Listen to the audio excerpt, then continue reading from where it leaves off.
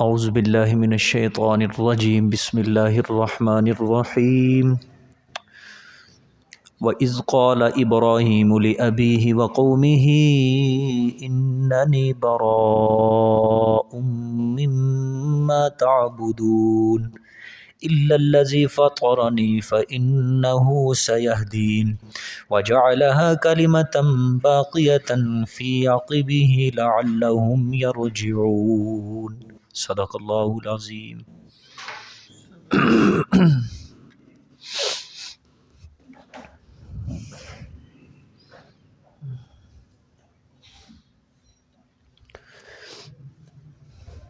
گزشتہ سبق میں اللہ پاک نے آپ صلی اللہ علیہ وآلہ وسلم کو تسلی بھی دی اور ساتھ اللہ پاک نے ایک شکوہ بھی بیان فرمایا کہ اے پیغمبر، ہم نے آپ سے پہلے جتنے بھی نبی اس دنیا کے اندر بھیجے ہیں، جو بھی ڈرانے والا آیا ہے، تو جب بھی اس نے دعوت توحید اپنی قوم کے سامنے پیش کی ہے تو قوم کے جو سردار وڈیرے اور اس کے خوشحال لوگ تھے انہوں نے اس ڈرانے والے کو یہی کہا کہ انا وجدنا آباءنا علی امت، کہ ہم نے اس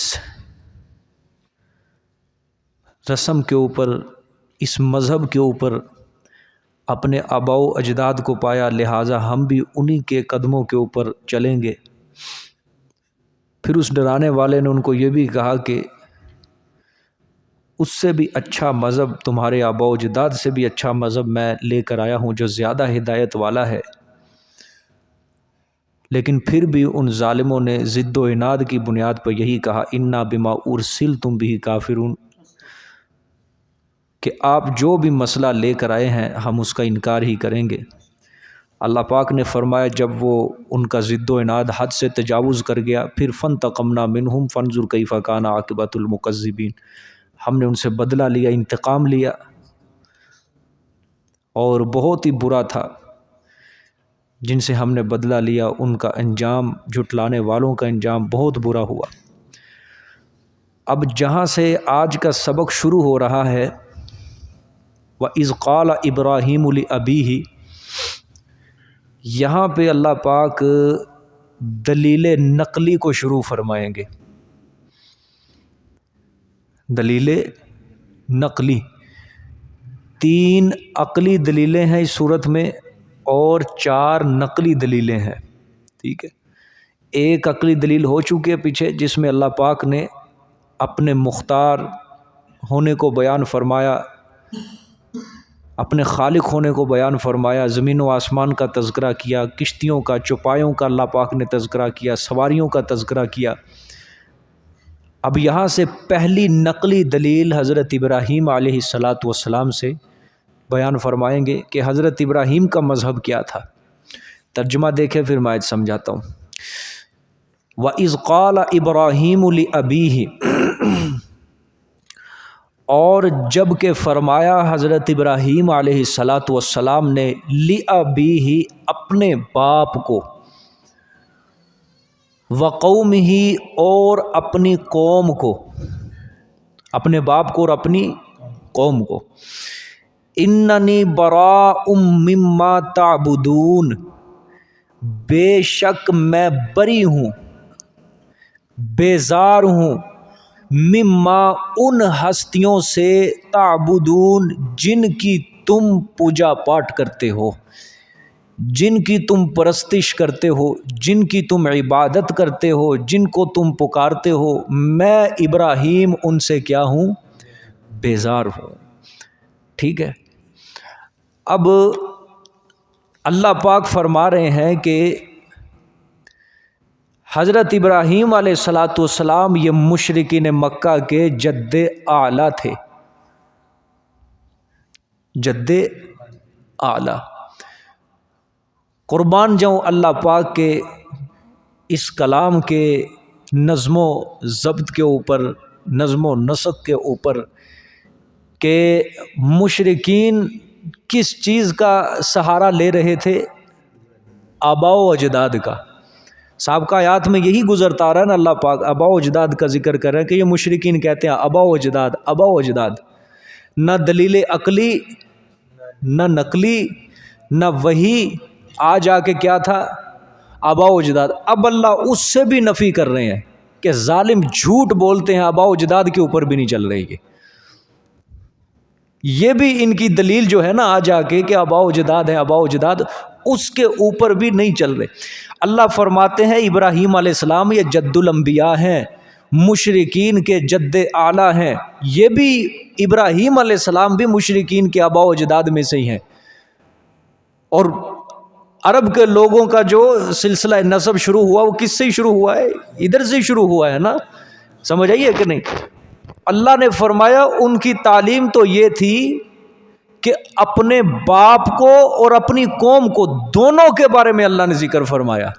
دو چیزیں دیکھنی ہے، اللہ نے صرف یہ قوم کا ذکر نہیں فرمایا یہاں پہ، بلکہ باپ کا بھی فرمایا۔ ٹھیک ہے، اس کی وجہ میں آپ کے بیان کروں گا۔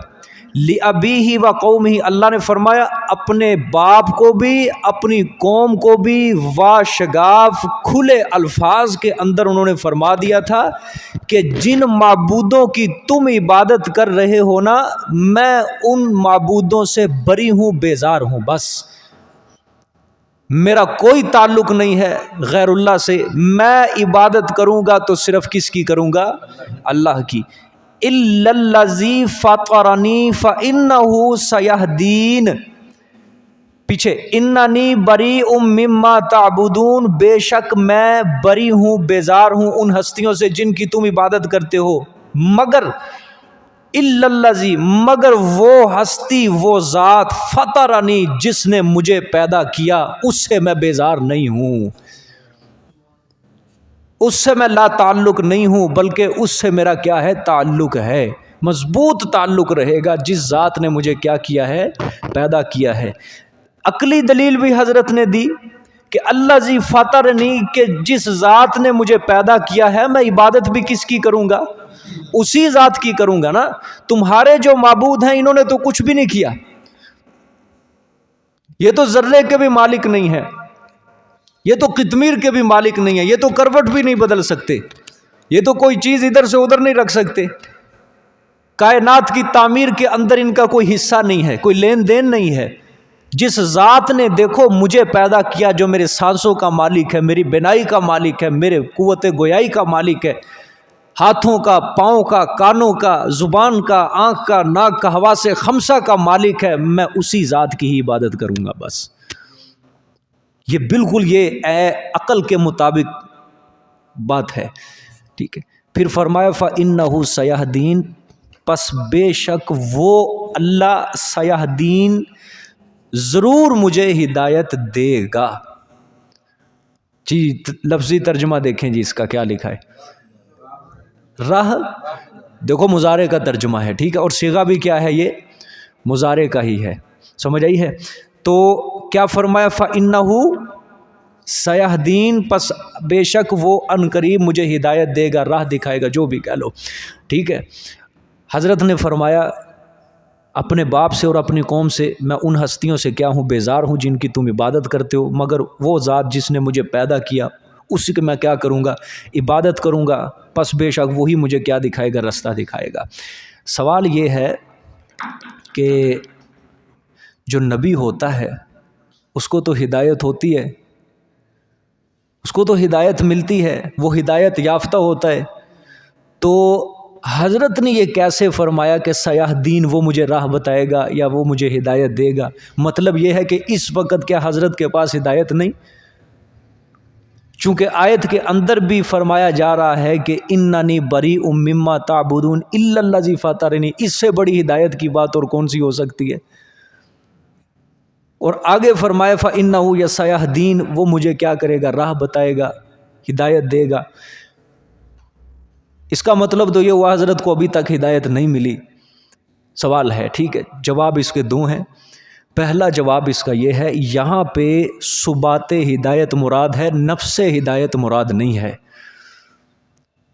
کیا مراد ہے؟ ثبات ہدایت، مطلب ہدایت کے اوپر استقامت مراد ہے، نفس ہدایت مراد نہیں ہے کہ ابھی فی الحال الیاذ باللہ حضرت فرما رہے ہو ابھی مجھے راہ اللہ نے نہیں دکھایا، مجھے اللہ راہ دکھائے گا، اس گمراہی کے بعد مجھے اللہ ہدایت دے گا۔ یہ مراد نہیں ہے کہ نفس ہدایت، بلکہ مراد کیا ہے؟ ہدایت تو مل چکی ہے اللہ کی طرف سے، بلکہ اب جو استقامت ملے گی وہ کس کی طرف سے ملے گی؟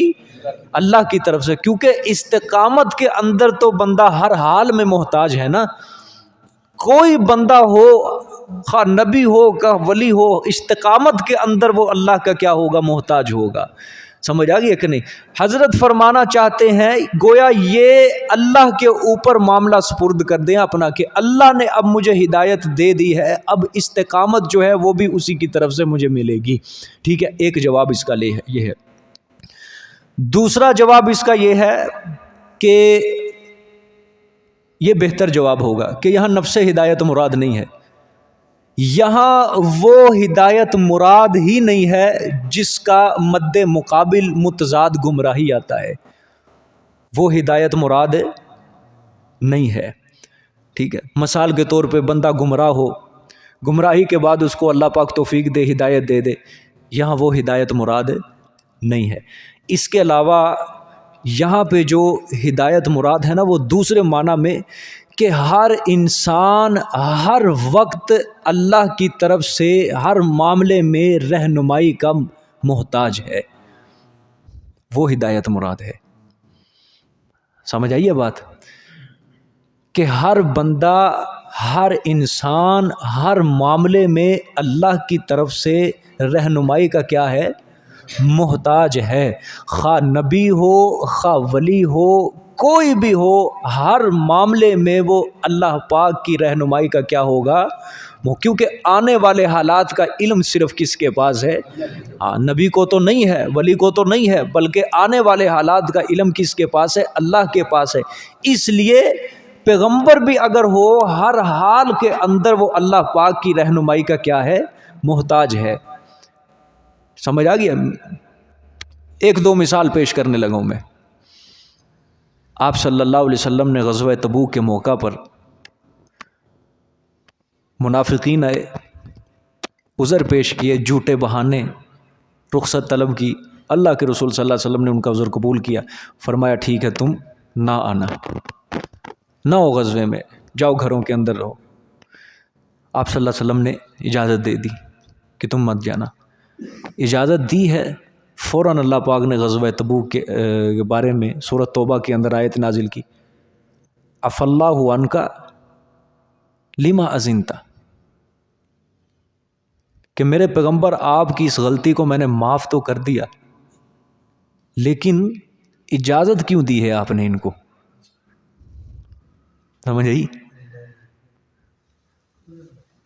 بڑی عجیب بات ہے۔ اللہ نے فرمایا معاف تو کر دیا میں نے آپ کو، یہ آپ سے جو لغزش ہوئی ہے آپ نے اجازت دے دی ہے، معاف تو کر دیا آپ کی یہ لغزش، لیکن میرا سوال یہ ہے کہ اجازت کیوں دی ہے آپ نے؟ اس اجازت کا نقصان یہ ہوا ہے کہ ان کی منافقت نہیں کھلی، یہ تو منافق بن کے آئے، آپ سے عذر طلب کیا، اجازت طلب کی، بیٹھ گئے عذر بہانے لگا کے۔ ٹھیک ہے، تو آپ نے اجازت کیوں؟ کہنے کا مقصد یہ ہے کہ خواہ نبی ہو، ہر حال کے اندر وہ کس کی رہنمائی کا محتاج ہے؟ اللہ کی رہنمائی کا کیا ہوتا ہے؟ محتاج ہوتا ہے۔ تو حضرت وہی رہنمائی فرما رہے ہیں۔ اس کے علاوہ آپ صلی اللہ علیہ وسلم نے اسیران بدر جو قیدی تھے، رائے طلب کی، مشورے طلب کیے سب سے، سمجھ آئی ہے؟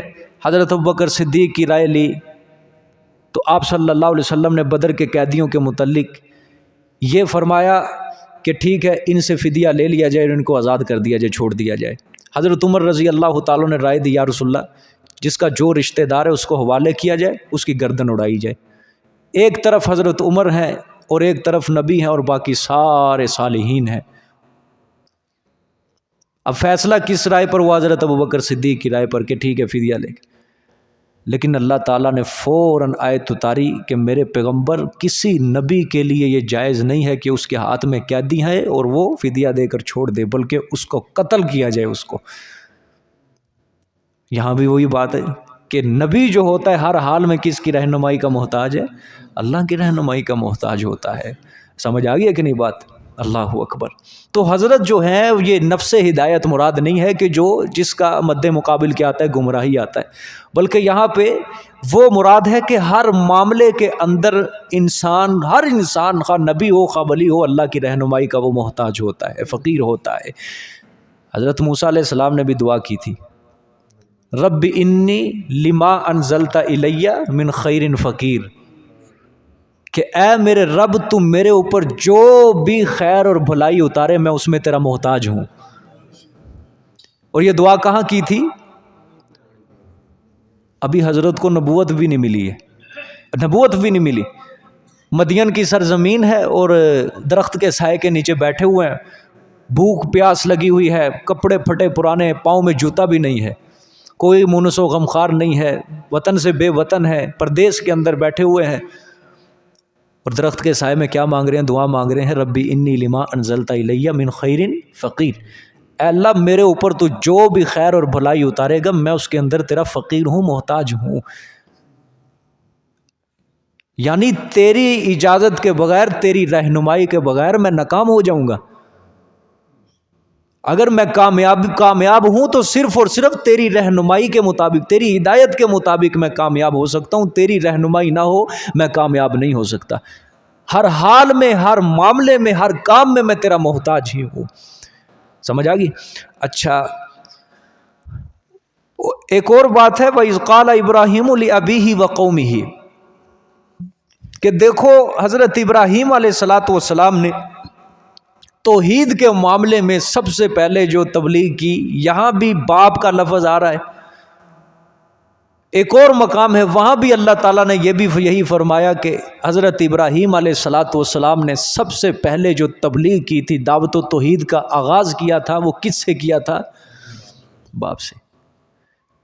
یا ابت لما تعبد ما لا يسمع ولا يبصر ولا يغني عنك شيئا، کہ ابا جان تو ان ہستیوں کی عبادت کیوں کرتا ہے جو نہ تیری پکار کو سن سکتے ہیں، ولا یبصر نہ تجھے دیکھ سکتے ہیں، ولا یغنی عنک شیئا اور نہ تجھے کسی کام آ سکتے ہیں۔ کتنی صفتوں کی نفی ہوئی ہے جی؟ مختار کل عالم الغیب، دو صفتیں، ما لا یسمع ولا یبصر، دونوں چیزیں آ گئی عالم الغیب۔ ولا یغنی عنک شیئا مختار کل ہے، تیرے کسی کام بھی نہیں آ سکتے وہ۔ دونوں غیر اللہ سے یعنی نفی کی جا رہی ہے، وہی دو صفتوں کی نفی کی جا رہی ہے کہ عالم الغیب بھی نہیں ہے اور مختار کل بھی نہیں ہے، ان ہستیوں کی کیوں عبادت کرتا ہے؟ ٹھیک ہے۔ اور قرآن پاک میں یہ جہاں بھی آج کل ایک بڑی بات مشہور ہوئی ہے کہ حضرت ابراہیم علیہ السلام کا وہ والد جو والد نہیں تھے بلکہ وہ چچا تھے، ٹھیک ہے۔ وجہ کیا ہے جی؟ پیغمبر کا باپ کبھی مشرک نہیں ہو سکتا۔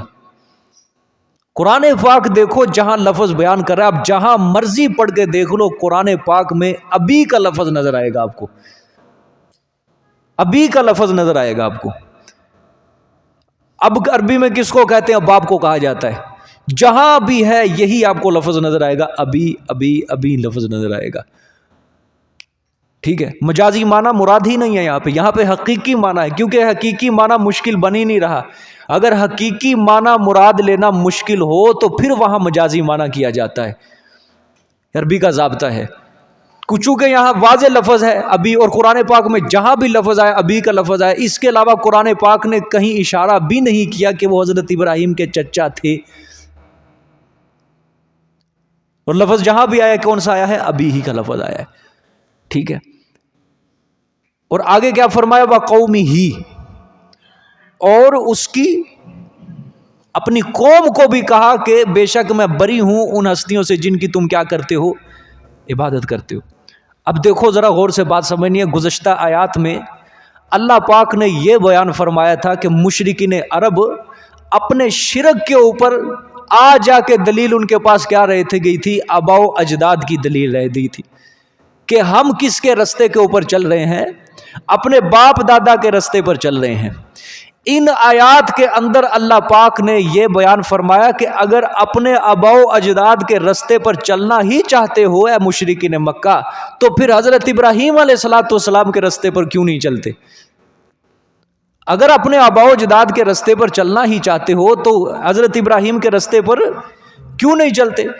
اور تم بھی دیکھو نا کہ تم حضرت ابراہیم علیہ الصلوۃ والسلام کے ساتھ اپنی نسبی وابستگی کو بڑے فخر کے ساتھ بیان کرتے ہو۔ مشرکین مکہ تھے نا یہ، حضرت ابراہیم علیہ الصلوۃ والسلام کے ساتھ اپنے نسب کو بڑے فخر کے ساتھ بیان کیا کرتے تھے۔ یہودی بھی، عیسائی بھی، ادھر سے مشرکین مکہ بھی، یہودی کہتے ہم ابراہیمی، عیسائی کہتے ہم ابراہیمی، مشرکین مکہ کہتے ہم ابراہیمی ہیں، کیونکہ یہود و نصارہ تو ادھر سے تھے، حضرت اسحاق علیہ السلام کی اولاد میں سے، اور یہ حضرت اسماعیل علیہ السلام کی اولاد میں سے تھے۔ یہ بھی حضرت سے نسبی وابستگی کو بڑے فخر کے ساتھ بیان کرتے تھے۔ اس لیے اللہ پاک نے فرمایا کہ اگر تم رستے پر چلنا ہی چاہتے ہو تو ابراہیم کے رستے پر چلو۔ اور ابراہیم علیہ السلام کا تو یہ مذہب نہیں تھا شرکیہ کفریہ مذہب، وہ تو توحید کے قائل تھے، اور صرف انہوں نے اسی پر بس نہیں کیا بلکہ اپنی اولاد کو بھی انہوں نے توحید کی کیا کی تھی؟ وصیت کی تھی۔ کس چیز کی وصیت؟ توحید کی وصیت، مذہب توحید کی۔ بلکہ ان کا طرز عمل یہ تھا کہ کھلے ہوئے عقلی نقلی دلائل کی موجودگی میں انہوں نے محض اپنے آباء و اجداد کی تقلید نہیں کی۔ صاف آیت کے اندر بتایا جا رہا ہے۔ کیوں اللہ پاک نے لی ابیہ کا ذکر کیا ہے، وقومہ کا ذکر کیا ہے؟ پھر کہ دیکھو ابراہیم علیہ الصلوۃ والسلام کے پاس عقلی دلائل تھے، نقلی دلائل تھے، لیکن ان کی موجودگی میں انہوں نے اپنے آباء و اجداد کی تقلید نہیں کی۔ دیکھو اپنے باپ سے بھی وہ کیا کہہ رہا ہے کہ ابا جان جن ہستیوں کی تو عبادت کرتا ہے میں ان کے رستے پر نہیں چلوں گا۔ یہاں کیا مراد ہے کہ ابراہیم جس کے ساتھ تم نسبی وابستگی کو بڑے فخر سے بیان کرتے ہو، وہ ابراہیم بھی اپنے آباء و اجداد کی تقلید نہیں کر رہا۔ اپنے آباء و اجداد کی جو شرک مشرک تھے آباء و اجداد، ان کی تقلید نہیں کر رہا۔ کیوں؟ اس کے پاس دلائل عقلیہ تھے، نقلیہ تھے توحید کے، لہٰذا انہوں نے اپنی قوم کے جو مشرک آباء و اجداد تھے ان کی تقلید نہیں کی، بلکہ انہوں نے کس کی تقلید کی ہے؟ دلائل عقلیہ اور نقلیہ کی۔ وہ اس رستے کے اوپر چلے جو اللہ تعالیٰ نے ان کو رستہ بتایا تھا اور جو عقل کے عین مطابق تھا، اور اپنی قوم کے سامنے انہوں نے براءت کا اظہار کر دیا ہے۔ اور حضرت ابراہیم علیہ الصلوۃ والسلام یہ وہ پیغمبر ہیں کہ جنہوں نے ایک پورے معاشرے سے اور اقتدار سے اور حکومت سے ٹکر لی ہے۔ سمجھ آئیے؟ حضرت سارہ رضی اللہ تعالی عنہ اور حضرت لوط علیہ السلام جو ان کے بھتیجے تھے، صرف یہ ایمان لائے۔ عراق کے اندر جو ان کا وطن تھا اپنا، پھر تو ہجرت کی تھی، لیکن جو اپنا وطن تھا یہ بس ایمان لائے تھے، باقی کوئی شخص ایمان نہیں لایا حضرت کے اوپر۔ وقت کا بادشاہ جو تھا جس نے خدائی کا دعویٰ کیا تھا، نمرود، اس کے آگے کلمہ حق کو بلند کیا ہے،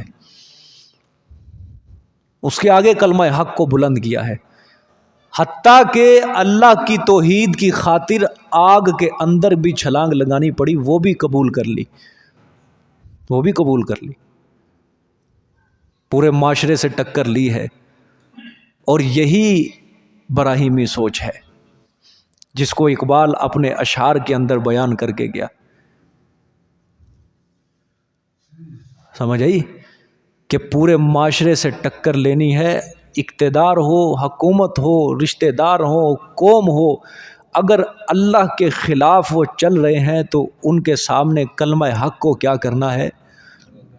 توکل کس کے اوپر رکھنا ہے؟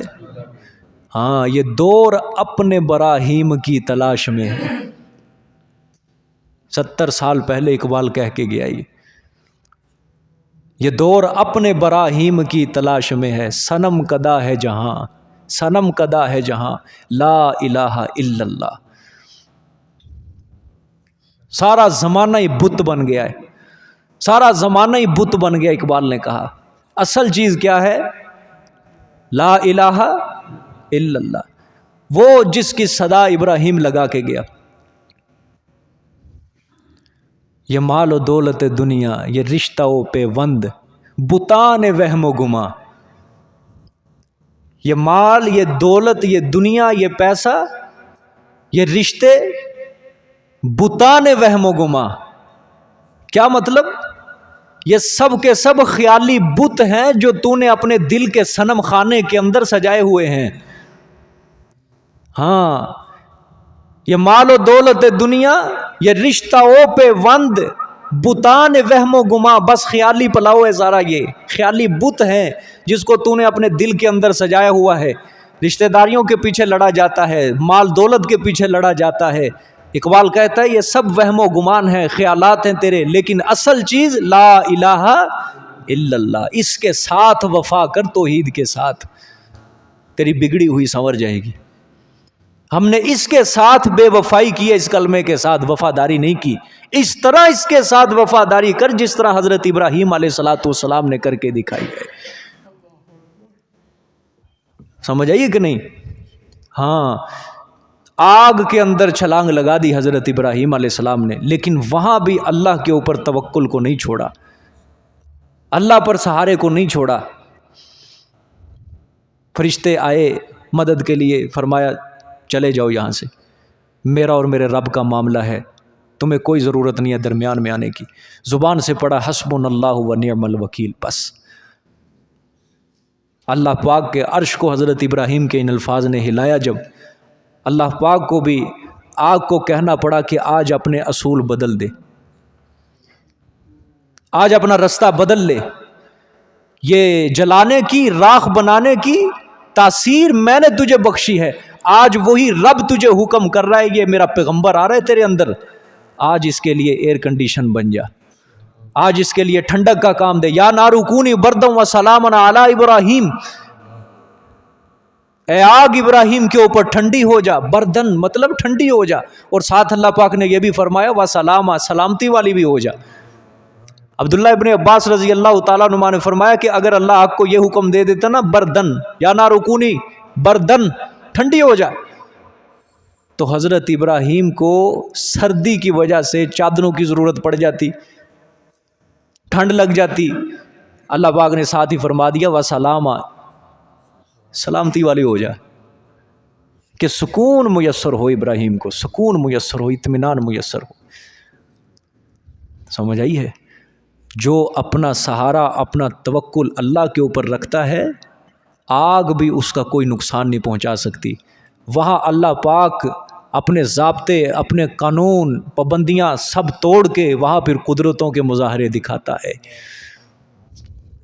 لیکن وہ ایمان ابراہیم جیسا کون لائے؟ یہ دور اپنے براہیم کی تلاش میں ہے، صنم کدا ہے جہاں لا الہ الا اللہ۔ سارا زمانہ اقبال نے کہا بت بن گیا ہے، سارا زمانہ ہی بت بن گیا ہے۔ یہ حضرت ابراہیم علیہ السلام نے سکھایا، اور بعد میں جتنے بھی پیغمبر آئے، اللہ پاک نے ان پیغمبروں کو حکم دیا کہ تم نے بھی کس کے رستے پر چلنا ہے؟ ابراہیم کے رستے پر چلنا ہے۔ وَاتَّبِعْ مِلَّةَ إِبْرَاهِيمَ حنیفہ، اپنے پیغمبر، آخری پیغمبر کو حکم دیا کہ میرے پیغمبر تو نے بھی ابراہیم کی اتباع کرنی ہے، اس کے رستے پر چلنا ہے۔ سمجھ آ رہی ہے کہ نہیں بات؟ ہاں۔ اور کیا کچھ حضرت ابراہیم نے اللہ کے لیے، کیا کچھ نہیں چھوڑا، دنیا کی کیا چیز نہیں چھوڑی تھی۔ مال بھی قربان کر دیا، باپ بھی قربان کر دیا، قوم بھی قربان کر دی، رشتہ داریاں سب کچھ چھوڑ دیا، اور بتا دیا کہ دنیا کے اندر ہم رشتہ داریاں نبھانے کے لیے نہیں آئے، معاشرے کے ساتھ چلنے کے لیے نہیں آئے، دنیا کے اندر صرف اور صرف اللہ کو راضی کرنے کے لیے آئے ہیں۔ اگر باپ تھا بیٹے کو قربان کر دیا، بیٹا ہے باپ کو قربان کر دیا۔ ابراہیم بیٹے ہیں، باپ نے توحید کی مخالفت کی، باپ کو چھوڑ دیا۔ باپ نے کہا تجھے میں سنسار کر دوں گا، میرے معبودوں کی توہین کرنا چھوڑ دے، گستاخی کرنا چھوڑ دے، میں تجھے گھر سے نکال دوں گا۔ حضرت ابراہیم نے ذرہ برابر پرواہ نہیں کی، کہا سلام علیکہ، جا، آخری سلام رخصت کا تجھے پیش کرتا ہوں، تیرا گھر چھوڑتا ہوں، مجھے نہیں ضرورت تیرے گھر کی۔ گھر سے نکل گئے، قوم کو تبلیغ کی، قوم نے ساتھ نہ دیا، اللہ پاک نے حکم دیا کہ میرے پیغمبر یہاں سے ہجرت کر جا۔ ہجرت کی، ختم ہو گئی آزمائشیں، ختم ہو گئے امتحان، نہیں، بیٹے کے لیے بڑھاپا شروع ہو گیا، بیٹے کے لیے دعائیں کی، اللہ بیٹا دے دے، اللہ پاک نے پہلا بیٹا اسماعیل دیا، بیٹا ہوا، ابھی دودھ پیتا بچہ ہے، حکم آ گیا، بس کوئی پیار نہیں، کوئی محبت نہیں، چھوڑا اسے وہ ویران جگہ کے اندر، اس کی ماں کو بھی اس کے ساتھ اسی کے حوالے کر کے آنا، چھوڑا ہے وہ مکہ مکرمہ سنسان تھا، ویران تھا، آبادی نہ، مونس و غمخار، نہ سبزہ، نہ درخت، نہ پانی، کچھ بھی نہیں تھا، صرف بیت اللہ کی بنیادیں تھیں کچھ جو واضح تھیں، ٹیلے کی شکل میں موجود تھیں، چھوڑ آئے وہاں پہ، چھوڑ کے آئے واپس، جب مڑنے لگے تو پیچھے مڑ کے بھی نہیں دیکھا، تاکہ اللہ کی محبت کے اوپر اولاد اور بچے کے بیوی کی محبت غالب نہ آ جائے، چلے گئے چھوڑ کے، او جب نظروں سے غائب ہو گئے، پھر پیچھے مڑ کے اللہ کے حضور دعا کی، ربنا انی اسکنت من ذریتی، ایسے درد مندانہ انداز میں ابراہیم نے یہ دعا مانگی، اللہ پاک نے اس کو قرآن پاک میں جگہ دی ہے، سورۃ ابراہیم کا آخری رکوع پڑھ کے دیکھو، ربنا انی اسکنت من ذریتی بواد غیر ذی زرع عند بیتک المحرم، اے میرے رب بے شک میں اپنی اولاد کو ایک غیر وادی ذی زرع میں، جہاں نہ کوئی مونس و غمخار، نہ کوئی سبزہ، نہ پانی، کچھ بھی نہیں ہے، میں تیرے حکم پر اپنی اولاد کو چھوڑ کے جا رہا ہوں، اور کیوں چھوڑ کے جا رہا ہوں؟ ربنا لیقیموا الصلاۃ، تاکہ تیری نماز قائم کریں گے، ذرہ برابر پرواہ نہیں ہے دنیا کی، ذرہ برابر پرواہ نہیں ہے کھانے پینے کی، سب سے پہلے دعا کی ہے، رزق کے لیے دعا کی، لیکن بعد میں اسباب کی حد تک دعا کی ہے، لیکن بعد میں، اور جب اللہ پاک نے رزق دیا وہاں بھی اللہ پاک نے قدرتوں کے مظاہرے کیے اپنے، لیکن سب سے پہلے دعا دیکھو کس کے لیے ہے؟ دین کے لیے کی جا رہی ہے، اپنی اولاد کے لیے، دین کے لیے دعا کی جا رہی ہے۔ مر جاتے ہیں یہاں پہ لوگ یہی فکر لے کے میری اولاد میرے بعد بھوکی نہ مر جائے، بھوکی، کسی کو ایمان کی فکر نہیں ہوتی اس کی۔ آج باپ اولاد کو 100 گالیاں دنیا کے لیے نکالتا ہے، لیکن دین کے لیے کیا اس کو ڈانٹتا ہے؟ نہیں، ادھر تو آ کے اس کو یہ پتا بس دین کے اندر سختی نہیں ہے جی، کوئی نہیں، لیکن جب وہ دنیا کے کام پہ نہیں جاتا وہاں 100 گالیاں نکالتا ہے، ڈانٹ ڈپٹ کرتا ہے، وہاں پہ دین کا کوئی کام نہیں پورا کرتا، نماز نہیں پڑھتا، روزہ نہیں ہے، کچھ بھی نہیں، نہ قرآن پڑھتا، وہاں پہ باپ خاموش ہے، کوئی نہیں جی، دین کے سختی نہیں ہے، دین کے اندر سختی نہیں ہے، کوئی مسئلہ، دنیا کے اندر سختی ہے، دنیا کے اندر سختی ہے، اللہ کی نافرمانی کر رہا ہے وہاں کوئی سختی، وہاں پہ دعا بھی نہیں کرنی ہے، دنیا کے لیے دعا کرنی ہے، اللہ میرے بچے کو اوپر اٹھا، میرے بچے کو دولت دے، پیسہ دے، میرے بچے کو فلاں کر، دوسرے کے بچے آگے نہیں کر رہے ہیں، میرا بچہ پیچھے جا، اس کو بھی اوپر چڑھا، یہ کرو۔ لیکن ابراہیم علیہ السلام نے کیا سوچ دی؟ ربنا لیقیموا الصلاۃ، اے میرے رب تیری نماز کو کیا کریں؟ قائم کریں۔ وہی بچہ جب جوانی کی دہلیز پہ قدم رکھتا ہے، جوان ہوتا ہے، پوری زندگی اس بچے سے دور رہے، پوری زندگی دور رہے، جب وہ بچہ جوان ہوتا ہے پھر حکم آ جاتا ہے چل اب اس کے گلے پہ چھری چلا، لیکن ابراہیم کو جب یہ حکم ہوا تب بھی ذرہ برابر اپنے ماتھے کے اوپر تیوری نہیں چڑھائی، بل نہیں لائے، فوراً تیار ہو گئے، بیت المقدس سے چھلے چھری لے کے، سوار یا پیدل جس طرح مرضی مکہ مکرمہ آئے۔ اللہ اکبر، کتنا فاصلہ ہے بیت المقدس سے مکہ مکرمہ تک کا، جس طرح کس طرح بھی آئے، کون اندازہ کر سکتا ہے کہ جب ابراہیم علیہ السلام یہ سفر کر رہے تھے تو ان کے دل کی کیفیت کیا تھی؟ میں اور آپ کیا اندازہ لگائیں گے؟ کیا حضرت ابراہیم کو اپنے بیٹے کی فکر تھی بیٹا قربان ہو جائے گا؟ فکر ان کو یہ تھی کہ اللہ کا حکم پورا کرنے کے لیے جا رہا ہوں، بس۔ گئے، بیٹے کے آگے جا کے بات رکھی، سبحان اللہ، بیٹے کے اوپر بھی یہ آزمائش تھی، بیٹے کے اوپر بھی یہ آزمائش تھی، بیٹے کے آگے جا کے یہ سارا خواب سنایا کہ بیٹا میں دیکھ رہا ہوں کہ تیرے گلے پہ میں چھری چلا رہا ہوں. فانظر ماذا ترى، تیرا کیا خیال ہے، کیا خیال ہے تیرا. لیکن وہ بیٹا بھی حضرت ہاجرہ کی گود کا پلا ہوا تھا، بے صبری کا مظاہرہ کرتا.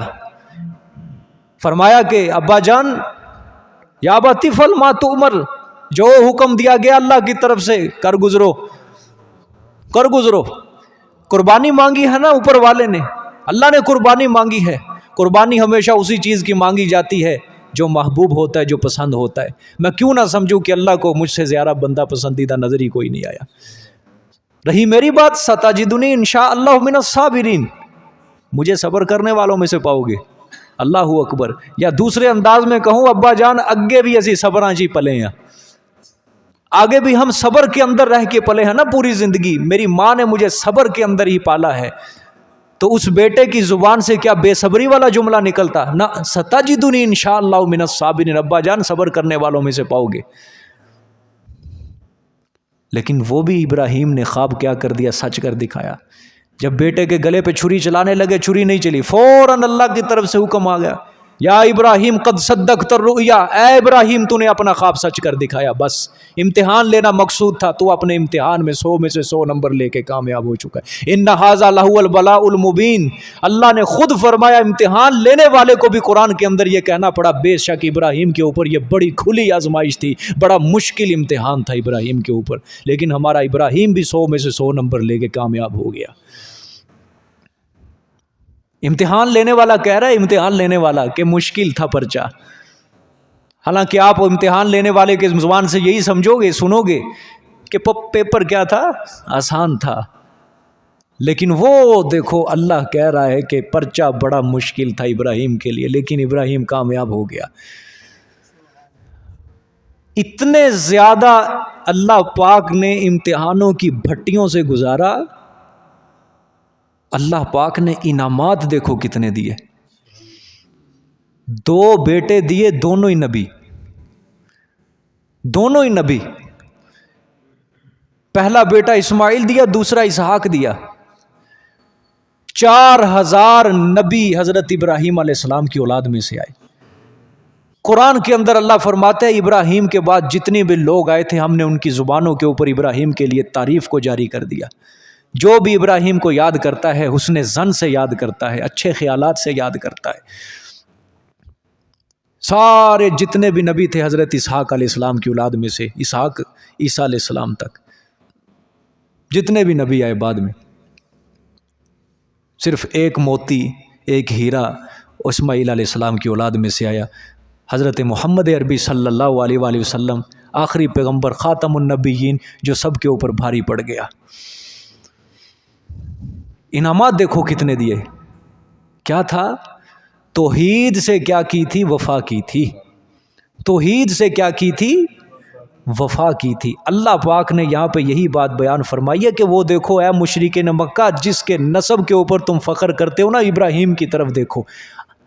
اگر باپ اس کا مشرک تھا، اس نے اپنے باپ کے سامنے کہا کہ اللہ کے سوا جن کی تم عبادت کرتے ہو میں ان سے بری ہوں.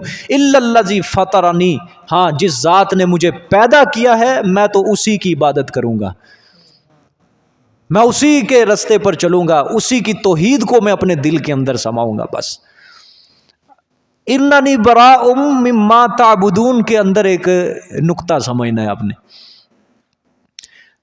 حضرت ابراہیم دیکھو کس ماحول کے اندر رہ رہے ہیں.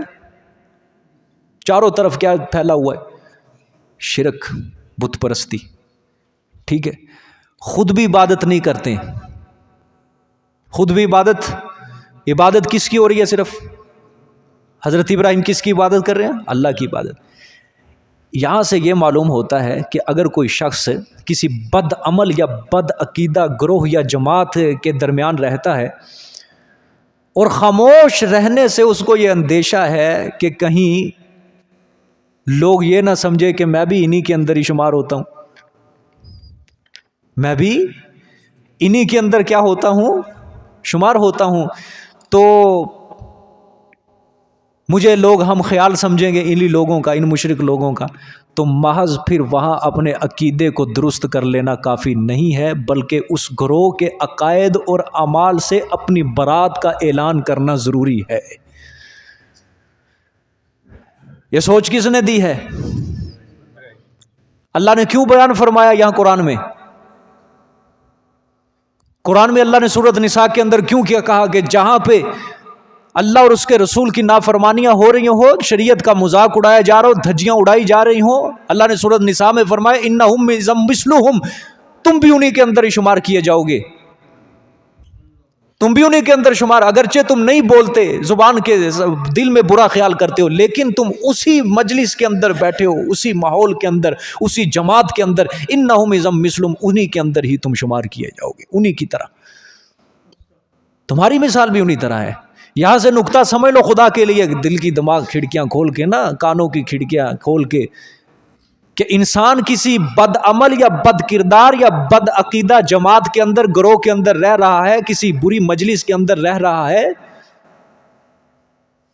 اور اس کے خاموش رہنے سے یہ خطرہ ہے، یہ اندیشہ ہے کہ مجھے بھی کہیں ان میں خیال نہ کیا جائے، تو محض وہاں پہ خاموشی اختیار کرنا کافی نہیں ہوگا اللہ کی طرف سے، بلکہ وہاں پہ اس جماعت کے بد کردار اور بد عمل جو ہے ان کے اندر، ان عقائد سے کیا ہے، برات کا اعلان بھی کیا کرنا ہوگا، ضروری ہوگا کہ بابا جن اعمال کے تم پجاری ہو نا، ہم یہ اعمال نہیں کرتے، میں اس سے بری ہوں، بس یہ بھی اللہ کے آگے سرخرو ہونے کے مترادف ہے، اس کی اللہ پاک اس نیکی کی کیا کرے گا، قدر کرے گا۔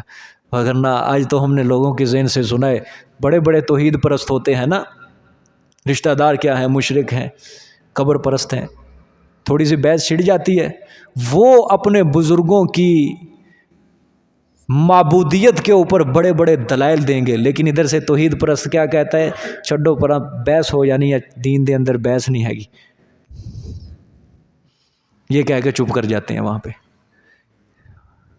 کوئی رشتہ دار آ گیا نا سامنے، رشتہ دار آ گیا، کوئی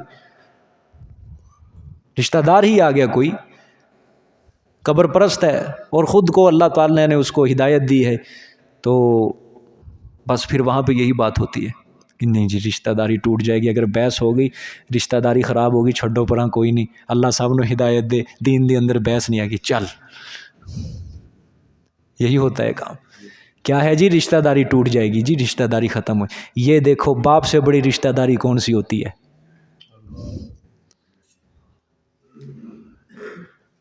سن رہے ہو؟ کوئی ہے باپ سے بڑی رشتہ داری؟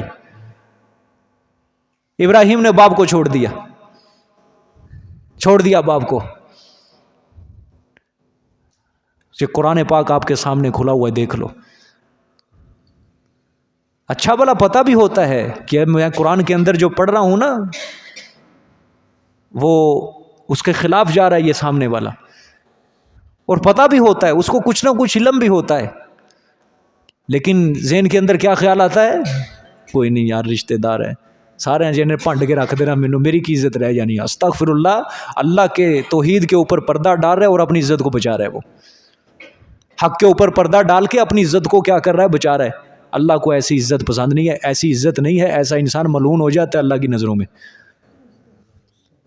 کہ میری توحید کو چھپا کے مخلوق کے سامنے عزت والا بن رہا ہے، عزت والا شخص بن رہا ہے مخلوق کے سامنے۔ اللہ کو ایسی عزتیں پسند نہیں ہے۔ من کان یرید العزہ، جو انسان ارادہ کرتا ہے عزت کا، فإن العزۃ للہ جمیعا، سن لو ساری کی ساری عزتیں صرف اور صرف اللہ کے لیے ہے۔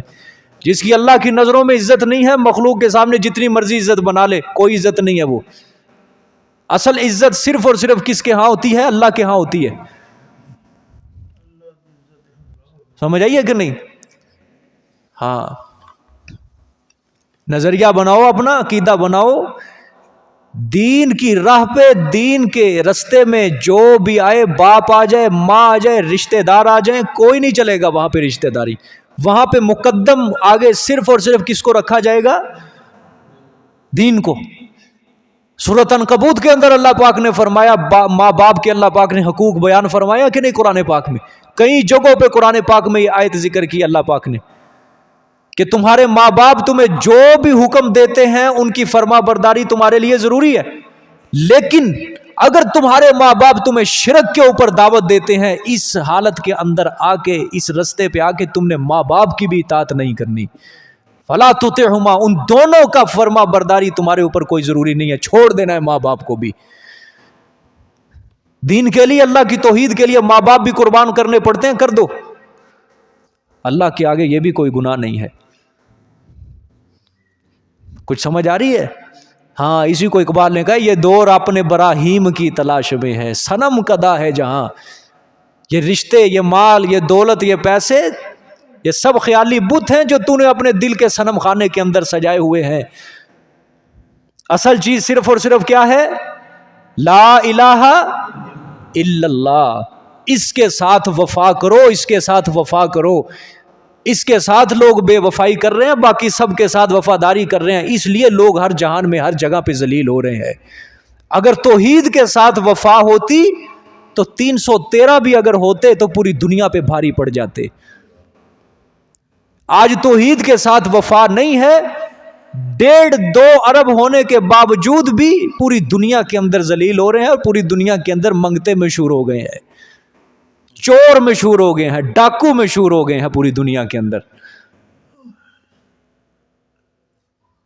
وحشی مشہور ہو چکے ہیں، دہشت گرد مشہور ہو چکے ہیں. حالانکہ تلوار بھی نہیں ہے، اسلحہ بھی نہیں ہے، پھر بھی دھبا ہے. اور اس مذہب کے ماننے والوں نے اپنے مذہب کو بھی لوگوں کی نظروں کے اندر برباد کر دیا ہے، کہ ان کو آج یہ بھی لفظ کہنا پڑ رہا ہے کہ اسلام دہشت گرد مذہب ہے. اگر ماننے والے کمزور نہ پڑتے، نہ اپنے دین کو چھوڑتے، نہ توحید سے غداری کرتے، نہ بے وفائی کرتے، تو آج ہمیں اپنے مذہب کے خلاف یہ باتیں نہ سننی پڑتی.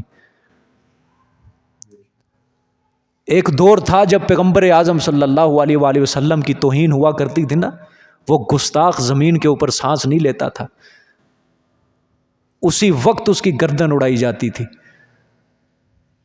اور آج یہ انہوں نے بے وفائی کی اپنی دین سے، توحید سے، رسول اللہ صلی اللہ علیہ وسلم سے، اس کے رستے سے توہین بھی کر رہے ہیں، اور وہ توہین والے پھر سر اونچا کر کے پھر رہے ہوتے ہیں، چھوڑ دیے جاتے ہیں، پوری دنیا کو منہ دکھا رہے ہوتے ہیں، اور کسی کے اندر مسلمان میں جرت نہیں ہوتی ان کو پکڑنے کی. وجہ کیا ہے؟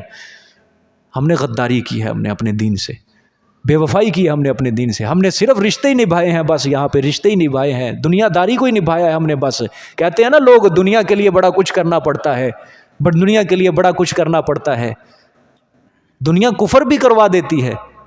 یہ جملہ یوں نہ کہو، بلکہ یہ کہا کرو دین کے لیے بہت کچھ کرنا پڑتا ہے. یہ صحابہ نے فرمایا ہمیں. یہ ابراہیم کی سوچ پیدا کرو کہ دین کے لیے، اللہ کی توحید کے لیے بہت کچھ کرنا پڑتا ہے. اللہ کی توحید کے لیے بیٹا بھی قربان کرنا پڑتا ہے، اللہ کی توحید کے لیے باپ بھی قربان کرنا پڑتا ہے، اللہ کی توحید کے لیے رشتہ دار قربان کرنے پڑتے ہیں، اللہ کی توحید کے لیے دنیا پوری قربان کرنی پڑتی ہے. پھر اسی ابراہیم کے لیے جب وہ اللہ کی توحید کے ساتھ وفا کرتا ہے، اسی ابراہیم کے لیے اللہ قرآن میں فرماتا ہے انہ کان صدیقا نبیا.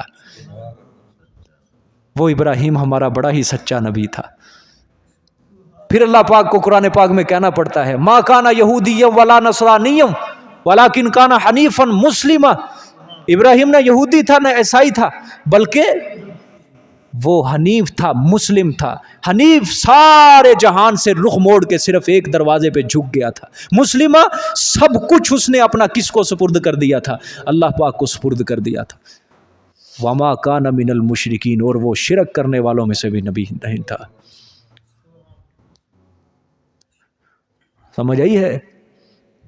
ہاں. اور یہ آج اسلام کو ماننے والے یہ کن کے رستے پہ، یہ کن کے روش کے اوپر چل رہے ہیں؟ یہود و نصارہ کے رستے کے اوپر آج چل رہے ہیں.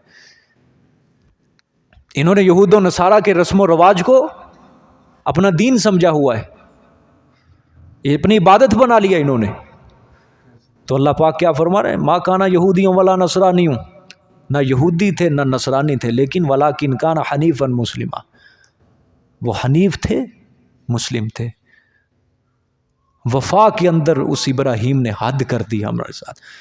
پھر اللہ نے فرمایا واتخذ اللہ ابراہیم خلیلا، اللہ نے ابراہیم کو اپنا خلیل بنا لیا. اللہ نے ابراہیم کو اپنا کیا بنا لیا؟ خلیل بنا لیا ہے. خلیل دوست، گہرا دوست، پکا دوست، سچا دوست، کہ جس کی رگ رگ اور نس نس کے اندر اپنے محبوب کی محبت سمائی ہو. اللہ فرمانا چاہتے ہیں ابراہیم وہ انسان تھا کہ اس کی رگوں کے اندر، اس کی نس نس کے اندر محبت تھی، تو صرف کس کی تھی؟ اللہ کی محبت تھی. لیکن یہ مقام حاصل کس طرح ہوا ہے؟ یہ تو دیکھو مقام حاصل کس طرح ہوا ہے. پورا ملک، پورے رشتہ دار، ساری قوم ایک طرف ہے اور اکیلا ابراہیم آگ کے اندر جا رہا ہے. یہ مقام تب حاصل ہوتا ہے انگاروں پہ چل کے. یہ مقام تب حاصل ہوتا ہے جب بلال حبشی کی طرح کوئلوں، جلتے ہوئے کوئلوں کے اوپر لیٹا جائے اور زبان سے پھر بھی کیا صدا آتی ہے؟ احد احد احد احد، اللہ ایک ہے، اللہ ایک ہے، اللہ ایک ہے، اس کے سوا کوئی معبود نہیں ہے. یہ مقام تب حاصل ہوتے ہیں. جو توحید کے ساتھ وفا کرے گا، توحید اسے کبھی بھی زوال پذیر نہیں ہونے دے گی، کبھی بھی اسے زنگ آلود نہیں ہونے دے گی. توحید کے ساتھ وفا کرو، اللہ کے دین کے ساتھ کیا کرو؟ وفا کرو. یہ دنیا، یہ رشتہ داریاں، یہ مال دولت، یہ سب بے وفا ہیں. یہ سب بے وفا ہیں. یہ ظاہری سبزہ ہے اور حقیقت میں کانٹے ہیں. حقیقت میں ایک راکھ ہے، مٹی کا ڈھیر ہے، اور اصل چیز صرف اور صرف کیا ہے؟ لا الہ الا اللہ. آگے دیکھیں جی. سبحان اللہ. وَجَعَلَهَا كَلِمَةً بَاقِيَةً فِي عَقِبِهِ لَعَلَّهُمْ يَرْجِعُونَ. دو ترجمے ہیں، دونوں کے مطابق تفسیر ہوگی جی اس کی. پہلا ترجمہ دیکھیں، وَجَعَلَهَا كَلِمَةً بَاقِيَةً، اور کر دیا اللہ نے، ہاں ضمیر جو ہے یہ کلمہ توحید کی طرف لوٹ رہی ہے جی. اس کلمہ توحید کو، کلمتن بات، باقیتن باقی رہنے والی، فی عقبہ اس کی اولاد میں. کس کی؟ ابراہیم کی اولاد میں اس کلمہ توحید کو کیا رکھ دیا اللہ نے؟ باقی رہنے والی بات. لعلہم یرجعون، تاکہ وہ لوٹ آئیں، واپس ہو جائیں. کس سے؟ شرک سے توحید کی طرف. ٹھیک ہے، اس طرف جائیں نہ. اس میں ہا ضمیر وجعلہا، اس میں اللہ مراد ہے کہ اللہ نے کر دیا اس کلمہ توحید کو بات باقی رہنے والی. کس کی اولاد میں؟ ابراہیم کی. غور سے بھی غور سے، وجعلہا، اللہ نے کر دیا اس کلمہ توحید کو باقی رہنے والی بات کس کی اولاد میں؟ ابراہیم کی. یعنی اللہ نے اس کلمہ توحید کو ابراہیم کی اولاد میں ہمیشہ کے لیے بقا اور دوام عطا فرمایا، کہ اس کی اولاد میں کلمہ توحید کو کیا رکھا؟ باقی رکھا، اس کے مشن کو زندہ رکھا، اور ان کی اولاد میں انبیاء اور علماء ہوتے رہیں جو توحید کی تبلیغ کرتے رہیں، حتیٰ کہ یہ سلسلہ حضرت خاتم النبیین حضرت محمد صلی اللہ علیہ وسلم کی ذات گرامی پر کیا ہو گیا؟ ختم ہو گیا یہ سلسلہ. اور آپ صلی اللہ علیہ وسلم کے بعد یہی مشن، یہی فریضہ علماء حق سر انجام دیتے رہیں گے قیامت تک، تاکہ ان کی دعوت و توحید سے لوگ متاثر ہو کر، شرک سے واپس ہو کر لوگ توحید کی طرف آ جائیں. پہلا مطلب یہ ہے کہ اللہ نے یہ انعام دیا ہے. کیا ابراہیم ہم تیرے مشن کو کیا رکھیں گے؟ باقی رکھیں گے.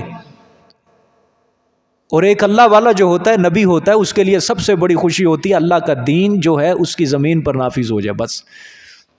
اور اللہ نے یہی چیز دی، یہی چیز دی. میں نے کہا نا، حضرت ابراہیم کے بعد جتنے بھی نبی آئے ہیں آپ صلی اللہ علیہ وسلم تک، وہ کس کی اولاد میں سے ہیں؟ ابراہیم کی اولاد میں سے، ارد گرد سے نہیں آئے. ٹھیک ہے، ایک مطلب یہ ہے کہ اللہ نے کر دیا. اب دوسرا ترجمہ، وَجَعَلَهَا كَلِمَةً، اور یہ جو ترجمہ ہے نا دوسرا، یہ بالکل مناسب ہے، ٹھیک ہے، اور قرآن پاک کے بالکل عین مطابق ہے. وَجَعَلَهَا كَلِمَةً بَاقِيَةً، اور کر دیا ابراہیم نے، اس عقیدے کو، کون سا عقیدہ؟ توحید والے عقیدے کو کلمتاً بات باقی رہنے والی فی عاقبہ، اپنی اولاد میں. اس سے مراد ہوگا کہ ابراہیم نے وصیت کی تھی اپنی اولاد کو کہ میرے دنیا سے جانے کے بعد تم نے کس مذہب کے اوپر چلنا ہے؟ توحید والے مذہب کے اوپر تم نے چلنا ہے. ٹھیک ہے، پہلے ترجمے میں کیا تھا؟ اللہ نے کر دیا اس کلمہ توحید والی بات کو اس کی اولاد کے اندر ہمیشہ باقی رہنے والی. دوسرا ترجمہ، اور کر دیا، ہا ضمیر ابراہیم علیہ السلام کی طرف ہے کہ کر دیا ابراہیم نے اس عقیدے کو بات باقی رہنے والی فی عاقبہ، اپنی اولاد میں، لعلہم یرجعون، تاکہ وہ واپس ہو جائیں شرک سے. ٹھیک ہے. اچھا، اس کے اندر کیا مطلب ہوگا کہ حضرت ابراہیم اپنی اولاد کو کیا کر گئے تھے؟ وصیت کر کے گئے تھے. مطلب یہ ہے کہ انہوں نے اس عقیدے کو اپنے تک محدود نہیں رکھا کہ جی مجھے میسر ہو گیا، بس مجھے مل گیا عقیدہ تو بس ختم. نہیں، اپنی اولاد کو بھی وصیت کی تھی کہ تم نے کس مذہب کے اوپر چلنا ہے؟ توحید والے مذہب کے اوپر چلنا، اس مذہب کے علاوہ کسی اور مذہب کے اوپر تم نے نہیں چلنا. دوسرے ترجمے میں کون مراد ہے؟ ابراہیم علیہ السلام. ٹھیک ہے. اب دیکھو یہ جو دوسرا ترجمہ ہے نا، اس کا حوالہ خود قرآن کریم کی آیت میں ملتا ہے. سورۃ بقرہ ہے، آیت نمبر 133 ہے. اللہ نے وہاں فرمایا وَوَصَّىٰ بِهَا إِبْرَاهِيمُ بَنِيهِ وَيَعْقُوبُ. ٹھیک ہے. وَوَصَّىٰ بِهَا إِبْرَاهِيمُ بَنِيهِ وَيَعْقُوبُ. ابراہیم اور یعقوب نے اپنی اولاد کو کیا کی؟ وصیت کی. وَوَصَّىٰ بِهَا ساتھ اس مذہب، اس کلمہ توحید کے، بنی ہی اپنی اولاد کو، ویعقوب اور یعقوب علیہ السلام نے بھی کیا کی تھی؟ وصیت کی تھی. کیا وصیت؟ یا بنیا، اے میرے پیارے بیٹے، ان اللہ اصطفیٰ لکم الدین، بے شک اللہ نے چن لیا واسطے تمہارے دین. کون سا؟ توحید والا. فلا تموتن، پس نہ تم مرو، الا وانتم مسلمون، مگر درا حال یہ کہ تم کیا ہو؟ وہ مسلمان ہو، وہ توحید پرست ہو، وہ فرما بردار ہو وہ اس ذات کے. اس حالت کے اندر تمہیں موت آنی چاہیے. تو اس لیے یہ دوسرا ترجمہ کیا ہے؟ بہتر ہے بالکل قرآن پاک کے انمو. اور کر دیا ابراہیم نے اس عقیدے کو کلمتاً بات باقی رہنے والی اپنی اولاد میں.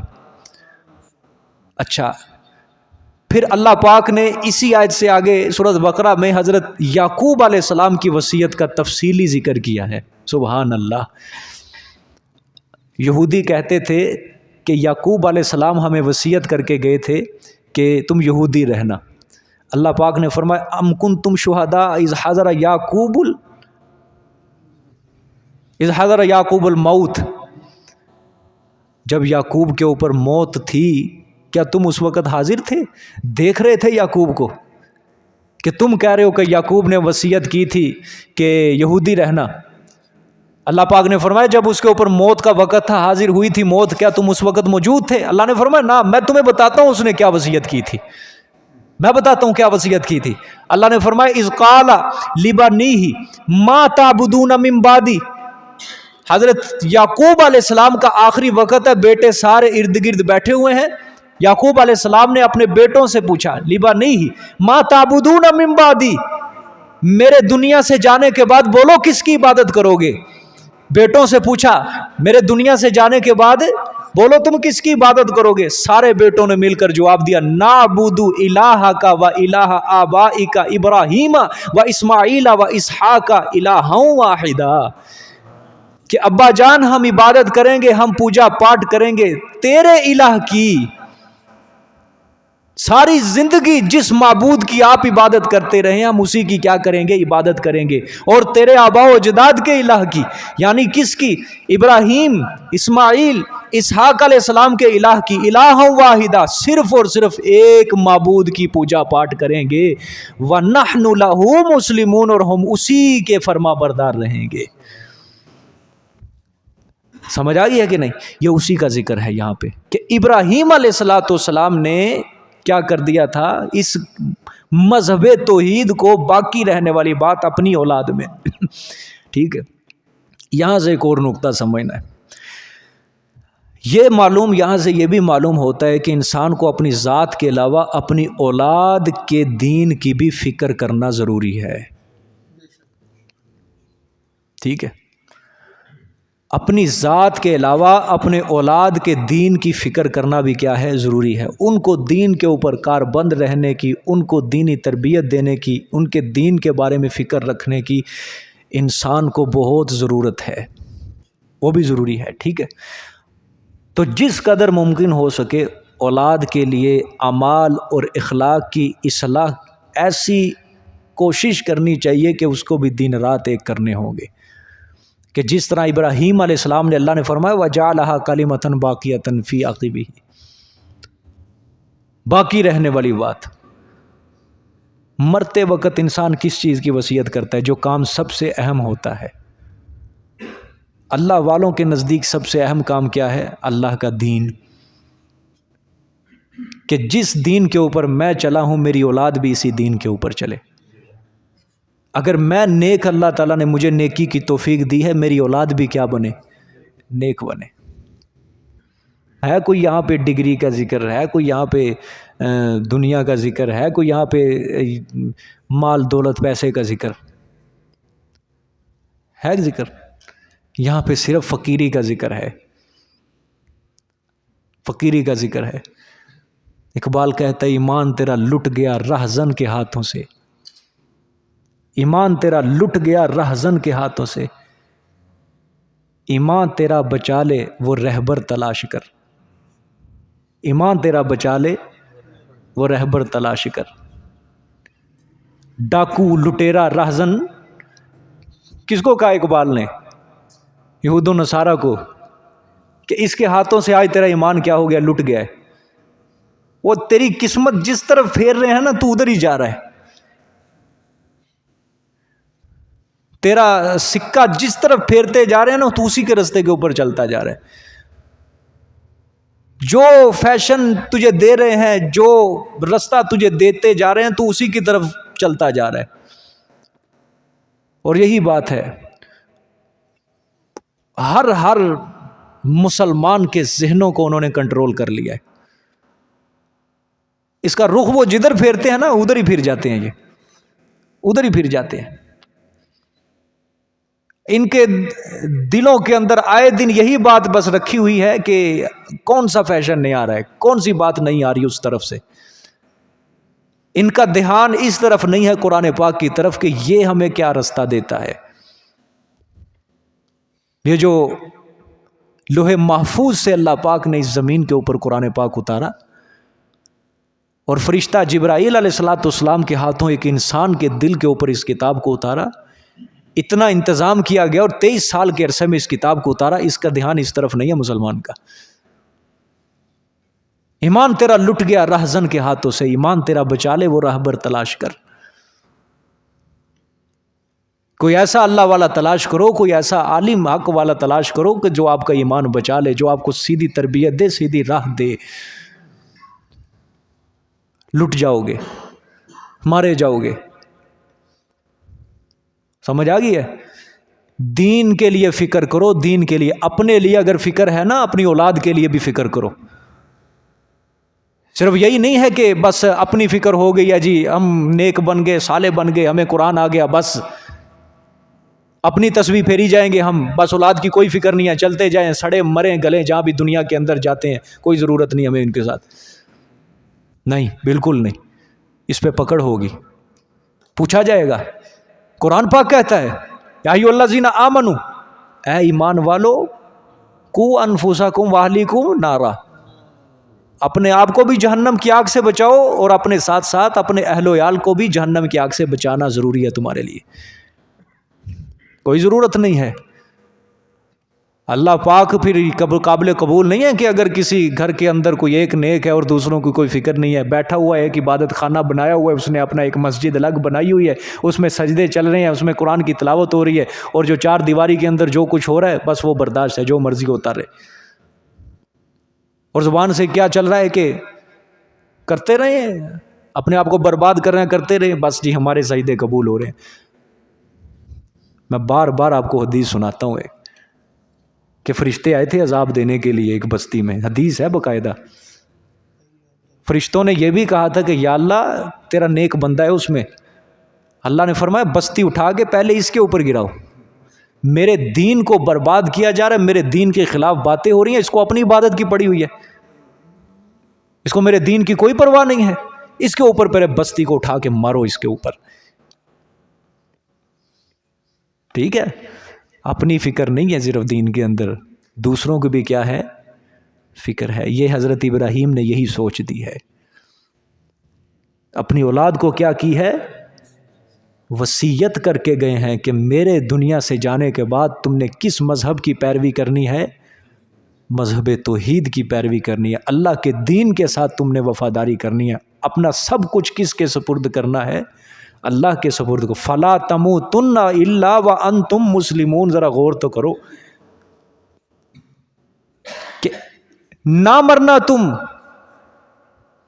درا حال یہ کہ تمہیں موت آئے کس حالت میں، تم کس کے فرما بردار ہو، وہ مسلم ہو۔ وہ مسلم کا مطلب اپنا سب کچھ تم نے کس کے سپرد کرنا ہے، اللہ کے سپرد کرنا ہے، تم نے اپنا سب کچھ، تمہارا سب کچھ اللہ کے ہاں ہو جائے، سپرد ہو جائے، بس اس حالت میں تمہیں موت آنی چاہیے کہ صالحین کا جو درجہ ہوتا ہے، اعلیٰ درجہ ہوتا ہے، ولایت کا اعلیٰ درجہ ہوتا ہے، اس حالت کے اندر تمہیں کیا آنی چاہیے، موت آنی چاہیے۔ یہ سوچ حضرت ابراہیم کی قابل قبول ہے، یہ قبول کرو کہ صرف اپنی فکر نہ کرو، خدا کے لیے اپنی فکر نہ کرو۔ ایک بہت بڑے اللہ والے گزرے ہیں، عبد الوہاب شعرانی رحمۃ اللہ علیہ، بڑا نام ہے، کافی مشہور ہے۔ فرمایا کہ اولاد کی اصلاح کے اندر سب سے زیادہ کارگر عمل جو ہے وہ اللہ سے دعا ہے۔ اللہ سے کیا ہے، اللہ کے آگے دعا کرو کہ اللہ میری اولاد کو عمل صالح کرنے کی توفیق عطا فرما، دیندار بنا۔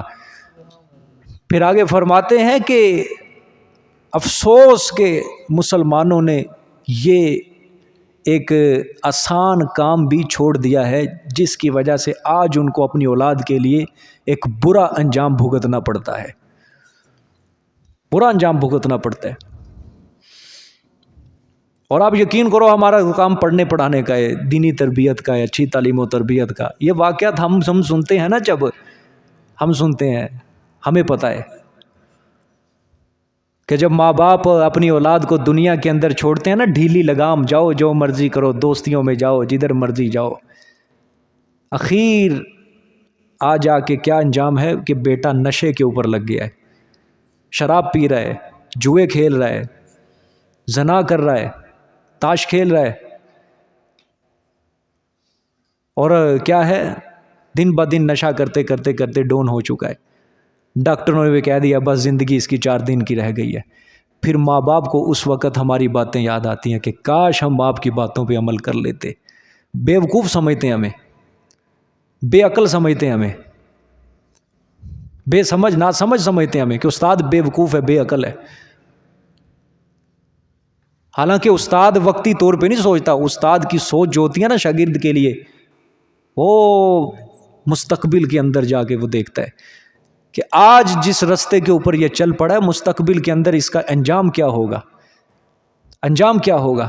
ماں باپ کو تو بس یہی ہوتا ہے نا کہ میرے بچے کو تھپڑ مار دیا، چل بھائی اسکول جاؤ، مدرسے جاؤ، استاد کی بے عزتی کر کے آؤ اچھی طرح، یہ ہوتا ہے ان کے دل کے اندر بس۔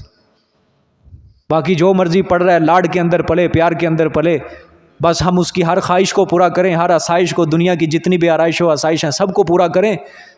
اور بعد میں پھر جب یاد آتا ہے نا، بچہ بڑا ہوتا ہے، جوان ہوتا ہے، وہی بچہ جوان ہو کے دھکے مار کے انہیں ماں باپ کو اپنے گھر سے باہر نکالتا ہے، پھر استاد کی باتیں یاد آتی ہیں کہ کاش ہم ان کی باتوں پہ عمل کر لیتے، آج ہمیں یہ انجام بھگتنا نہ پڑتا۔ تو میرے عزیز دوستو، اگر چاہتے ہو نا، اگر چاہتے ہو بڑھاپے کے اندر تمہیں اچھا سہارا ملے تمہاری اولاد کی طرف سے، یاد رکھنا ان کے دین کی فکر کرو، ان کی دنیا کی فکر کم کرو۔ خدا کے لیے ان کے دین کی فکر کرو، دنیا کی فکر کم کرو، کیونکہ دنیا کا وعدہ اللہ نے لیا ہوا ہے، وَمَا مِن دَابَّةٍ فِي الْأَرْضِ إِلَّا عَلَى اللَّهِ رِزْقُهَا، کہ زمین کے اوپر جو بھی جاندار چیز ہے ان کے پیچھے کیا چلے گا، رزق ہوگا، میں وعدہ کرتا ہوں رزق کا وعدہ اللہ نے لیا، اس ذات نے لیا، لیکن ہمارے ذمے ہے ہم کیا کریں، دین کی فکر کریں۔ اگر ہم نے آج ان کی یہ فکر نہیں نہ کری تو پھر تیار ہو جاؤ، اللہ 100 بار بچائے، جس طرح کا معاشرہ چل رہا ہے ہمارے کی نسلوں کے اندر یہود و نصارہ جنم نہ لینے لگ جائیں، جس طرح کا آج ماحول ہو چکا ہے ارد گرد، برائی، فحاشی، عریانی۔ یہ 25 دسمبر تو دیکھ ہی لیا نا ہمارے مسلمانوں نے کیا کہا تھا، دیا نا مبارکبادیں۔ ان بے حیاؤں کو، بے شرموں کو اب یہ سمجھانا پڑے گا کہ تمہیں 25 دسمبر کے ساتھ ان کا تعلق نہیں ہے۔ آج سے کئی سال پہلے ہے تھا یہ کام، اب مسلمان بھی شامل ہونے لگ چکے ہیں۔ اب ان بے حیاؤں کو یہ بھی سمجھانا پڑے گا، یہ یعنی جو وہ کہتے جا رہے ہیں نا، یہ بس ادھر کی چلتے جا رہے ہیں، ادھر ہی چلتے جا رہے ہیں، اپنے دین کی، اپنے اسلام کی ان کو کوئی پرواہ نہیں ہے۔ ہماری عید کے اندر کبھی شریک ہوئے وہ؟ اسلام نے جو ہمیں جو رسم و رواج دیا ہے، جو عقیدہ دیا ہے، کیا انہوں نے کبھی اپنایا ہے؟ کیا ہمارے رستے پہ یہود و نصارہ چلے ہیں؟ یہ اتنے بے شرم بے حیا ہو گئے مسلمان کہ ان کے رستے کے اوپر چلتے ہیں۔ یہ انہوں نے اپنے دین سے غداری کی، انہوں نے جو رسول اللہ صلی اللہ علیہ وسلم نے جو سنت دی، جو طریقہ دیا، انہوں نے اس کو چھوڑ کر ان کو اپنا لیا ہے۔ کوئی نہیں، کل نفس ذائقۃ الموت، بس وجاءت سکرۃ الموت بالحق قل ان الموت الذی تفرون منہ فانہ ملاقیکم۔ اللہ فرماتے ہیں ہر نفس نے موت کا ذائقہ چکھنا ہے۔ اللہ فرماتے ہیں موت کی سختیاں برحق ہیں۔ اللہ فرماتے ہیں جس موت سے تم بھاگ رہے ہو نا، وہ موت تمہیں ضرور ملے گی، فَإِنَّهُ مُلَاقِيكُمْ، ملے گی تمہیں موت، ملے گی تمہیں۔ اللہ قرآن میں فرماتا ہے وَإِلَيْنَا تُرْجَعُونَ، کر لو جتنی مرضی گستاخیاں دنیا کے اندر جتنی کرنی ہے، وَإِلَيْنَا، تو آ جا کے لوٹنا ہماری طرف ہی ہے۔ دیکھ لیں گے ہم، لے لیں گے انتقام تم سے، لے لیں گے بدلے سارے۔ جب ہمارے سامنے لاجواب خالی ہاتھ کھڑے ہوو گے نا، پھر ہم دیکھیں گے تمہیں اچھی طرح۔ تو اپنی اولاد کے لیے، اہل و عیال کے لیے کس کی فکر کرنی ہے میرے عزیز دوستو؟ دین کی فکر کرو، اسلام کی فکر کرو۔ تم دین کی فکر کر لو، دنیا اللہ پاک ان کو دے دے گا، دے دے گا دنیا، سب کچھ دے دے گا ان کو۔ صرف ان کے لیے یہ فکر کر لو، دین کے لیے۔ ان کو آپ صلی اللہ علیہ وسلم کی سیرت سے آگاہ کرو، ان کو محمد صلی اللہ علیہ وسلم کے بارے میں بتاؤ، ان کی زندگی کو پڑھاؤ، ان کو صحابہ اکرام کے بارے میں بتاؤ، ان کو رسول اللہ صلی اللہ علیہ وسلم کے اعمال، ان کی حدیث سنایا کرو، ان کو قرآن پاک سنایا کرو، ان کو دین اسلام کے رستے کے بارے میں بتایا کرو، ان کو پتہ چلے۔ اللہ پاک ہم سب کو عمل کرنے کی توفیق عطا فرمائے۔ وآخر دعوانا